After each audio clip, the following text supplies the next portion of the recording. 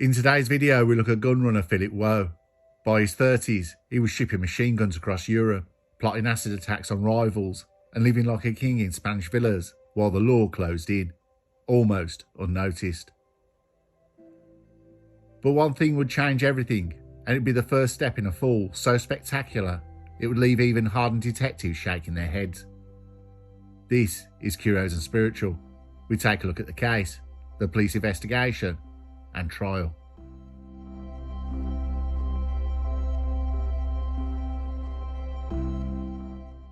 If Hollywood ever runs out of mob bosses to glamorise, they could always look at Philip Waugh. Except his story isn't glamorous.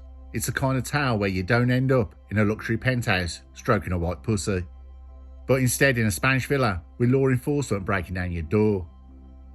For a while though, Waugh strutted around like he was the main character of his own gangster biopic. Philip Waugh wasn't born clutching an AK-47, but give him a couple of decades, he'd be flogging them like it was an old Ford Escort. He grew up in Warrington, Cheshire.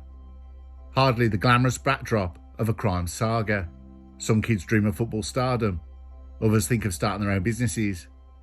Waugh, he looked at the world and thought, what if I became the Amazon of gangland weaponry?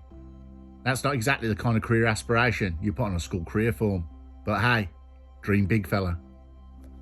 Fast forward to his 30s and Waugh had his business model figured out. He wasn't hawking dodgy DVDs at a car boot sales anymore. He was on EncroChat, the gangster's paradise of encrypted communication, under the alias Ace Prospect. His product line, a terrifying catalogue, AK-47s, Scorpion machine guns, Uzis, pistols and enough ammo to start a small war. The customers? Well, they were Britain's underworld, and the business model? Import from Europe, distribute through trusted lieutenants, and collect cash. It was Amazon, but with silencers instead of same-day delivery. His right-hand man, Robert Brazendale, handled the messy part, storage, distribution, and making sure none of the merchandise ended up in the wrong hands. Waugh, meanwhile, sat in Spain, playing crime boss. Guns apparently weren't enough. Waugh had to take things further. And by further, I mean straight into horror movie territory. He branched into acid attacks. Yes, the stuff that melts faces, scars people for life, and screams, I'm not just criminal, I'm also sadistic. He teamed up with Jonathan Gordon, a proud member of Liverpool's deli mob. Together, they cooked up plans to splash acid on rivals' faces. Waugh's messages weren't vague. He wrote instructions like, just need him blind, and face melted. Imagine being so evil and so careless that you literally text this to someone. Targets include Nathan Simpson and Lee Deakin. One was nearly blinded, another escaped because attackers noticed CCTV and lost their nerve. The plans were horrifyingly real. Photos of acid canisters, instructions to double the dose, and the promise of payday for permanent disfigurement. Being subtle clearly wasn't Waugh, and yet Waugh seemed unfazed. He treated it all like a spreadsheet. Target method, executor, payment.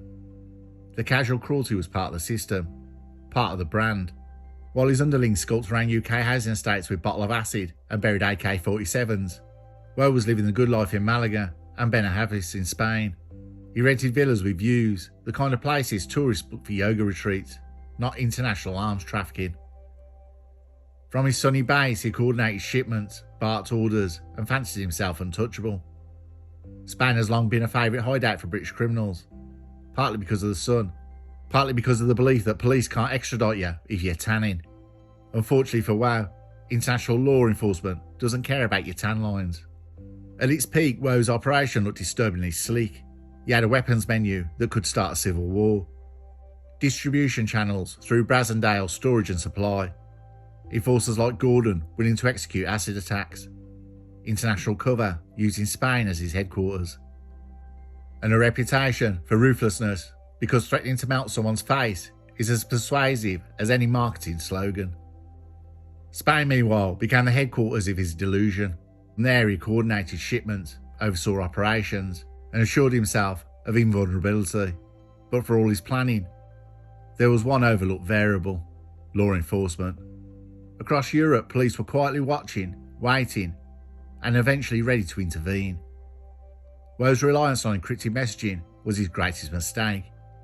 Every instruction, every boast, every casual comment about face melting was being recorded and catalogued by authorities, who were patient and methodical.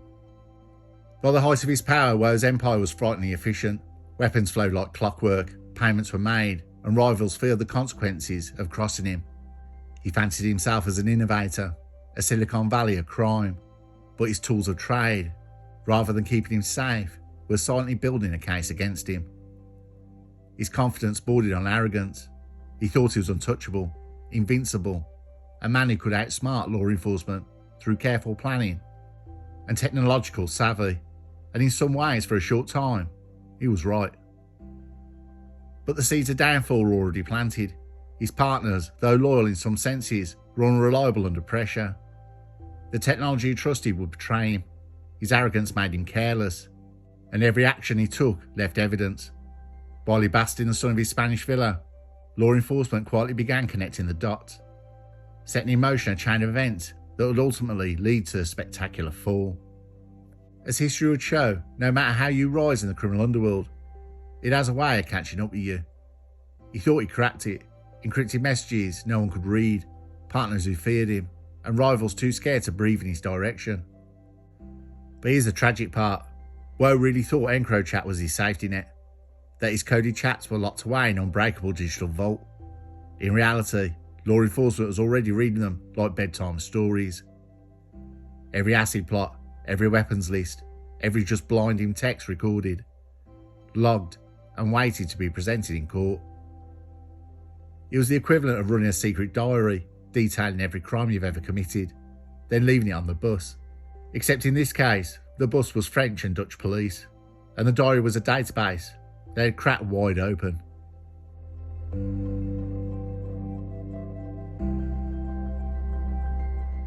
This is a part where reality finally shows up like the world's most patient debt collector. Philip Waugh, also known as Ace Prospect, was riding high on his delusion of invincibility. Guns were flowing, acid plots were simmering, and the Spanish sun was shining. Unfortunately for him, across the channel, law enforcement was about to ruin his empire business model with the finesse of a kid stomping on a balloon. The beginning of the end for Waugh was no lucky break or a snitch with a guilty conscience. No, it was Operation Vonetic, the UK side of a massive international investigation into EncroChat. That magical gangster phone system Waugh trusted like gospel, French and Dutch cops quietly cracked open in 2019.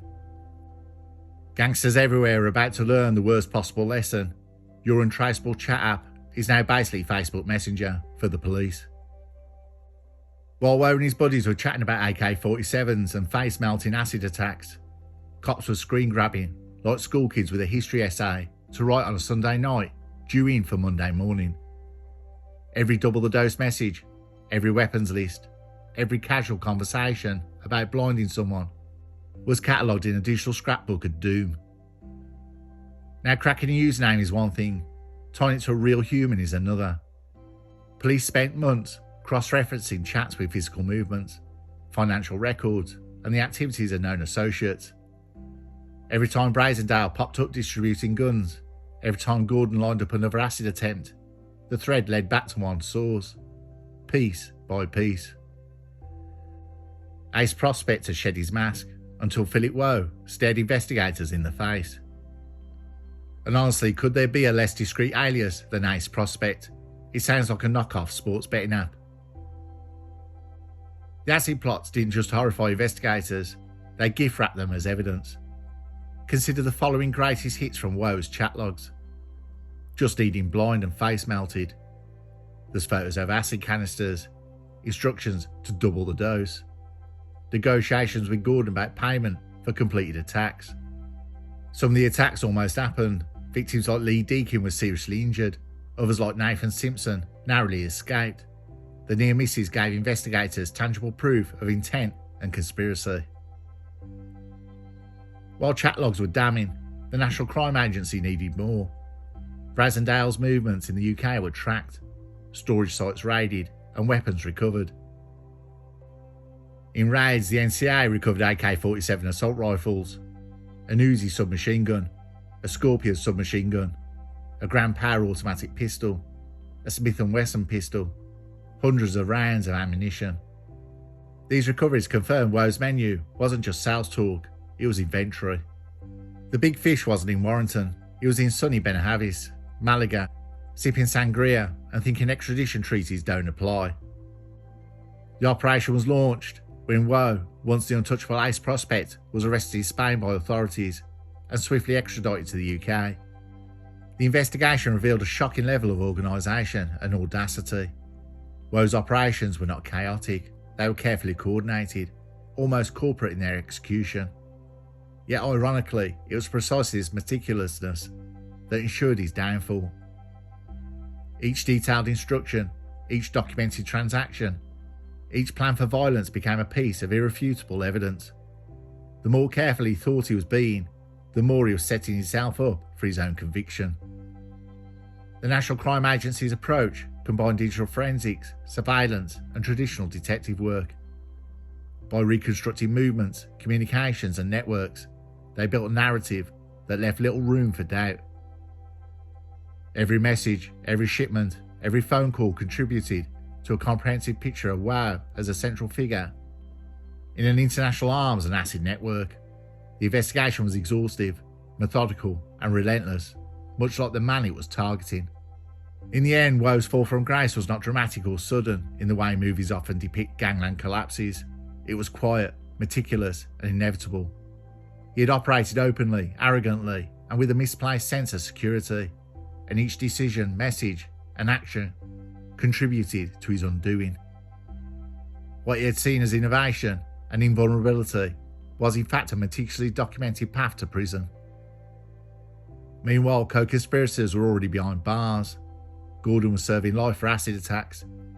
Brazendale was doing 10 years for gun running. Waugh's empire was done.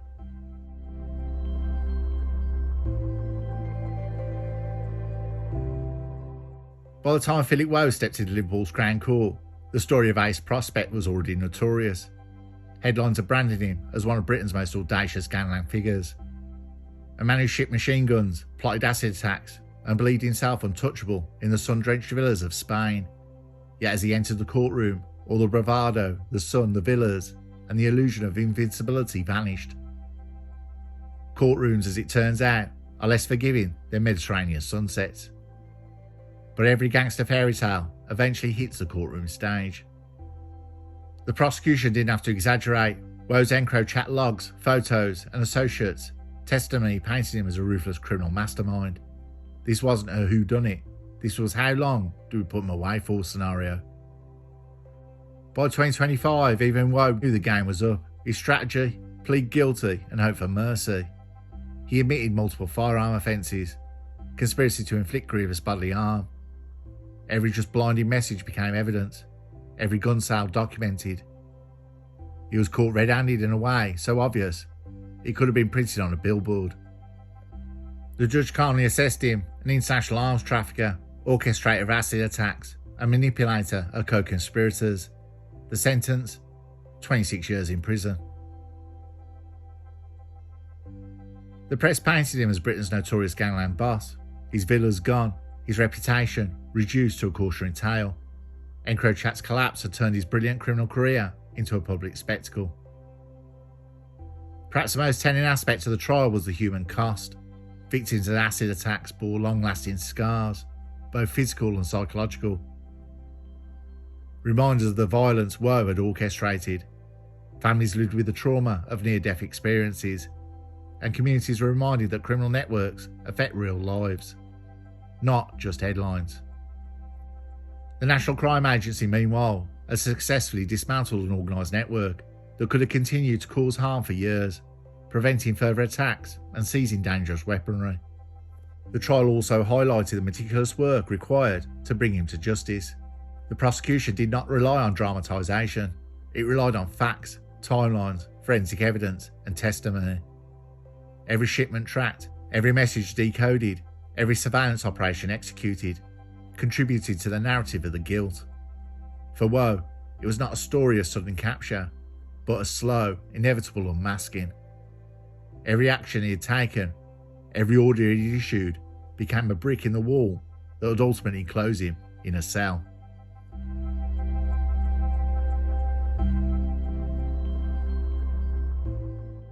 Philip Waugh climbed to the top using guns, acid and encrypted messages. He fell because tech betrayed him, violence backfired, and partners crumbled. His story is now a cautionary tale, a punchline, and a proof that arrogance, plus poor operational security, equals a very long prison sentence. Perhaps the most unsettling truth is that Waugh's story could have been written about anyone, willing to let arrogance, greed, and the thrill of power dictate their choices. Technology amplifies ambition as easily as it amplifies evidence. Violence leaves footprints no amount of sunshine or sea can wash away. And no matter how meticulous a plan appears, patience, observation, and inevitability have a way of catching up with those who believe themselves as above the law. Philip Waugh climbed high on fear and opportunity, and fell hard because reality, as it always does, refuses to be negotiated with. And for anyone who glances at this story and imagines glamour, remember the sun may shine on a criminal empire, but the shadows of consequence are never far behind.